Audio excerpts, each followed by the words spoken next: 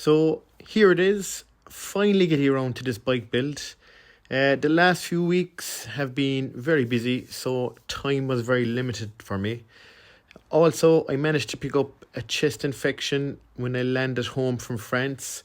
3 weeks now and I still can't shift it, so that's a bit of a pain.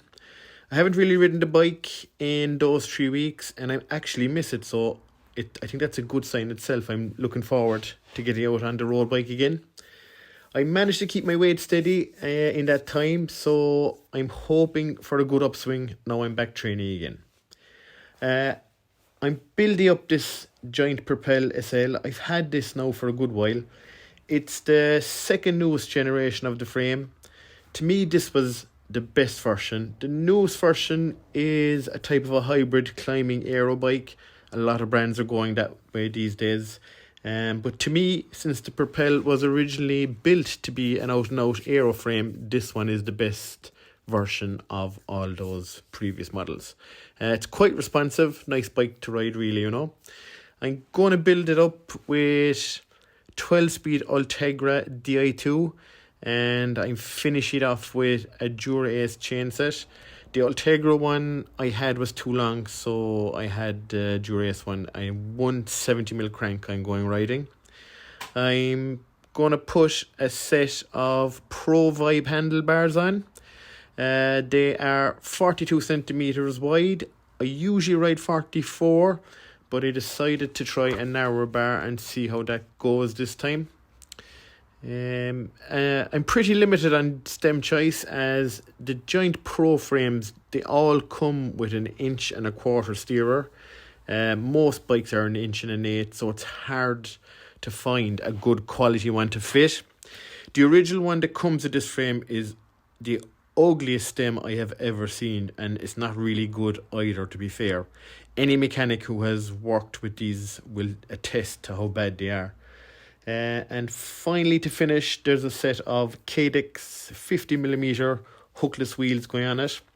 I have 25mm tyres going on it that can go up to 110 psi. None of this latest 70 psi nonsense. They're close, probably more to 28mm once installed, as the inner width of the rim is actually quite wide. So by the time these are pumped up, they're closer. They probably are 28mm, to be honest. I've had all this stuff lying around my garage for years now, so it's great to finally get it all together and instead of having it lying around my garage. Those who know me well, I always custom spray paint my bikes. This was done, I'd say it's nearly 5-6 years ago at this stage, by a guy called Chris Custom Design. He's up in Northern Ireland. He has done a good few frames for me now at this stage, and I'm pretty happy with how it turned out. The frame itself is black over red with a tiny gold speckle throughout. The design was actually inspired by my first ever bike back in 1992. Jesus, I feel old.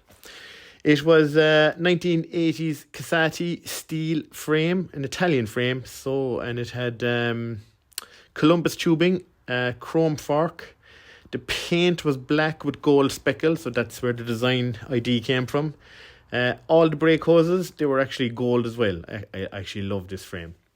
I won my first national title on that as well, a few sprint titles and a skills competition. It's actually still in Kanturk Cycling Club to this day, although it's been welded numerous times, sprayed, so God knows what it looks like today. I might see can actually dig it out and find it and get a picture for you guys. A lot of Ireland's top riders have ridden that bike at one stage or another over the decades.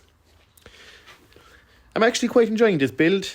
It's been years since I fully built a bike. It's a great thing to do, especially if it's your own bike. I'll ride this now for the winter. It's got the new position I got from Bike Fit Barry a month ago, I think, at this stage. Big changes, and I'm looking forward to see how all that progresses over the coming months.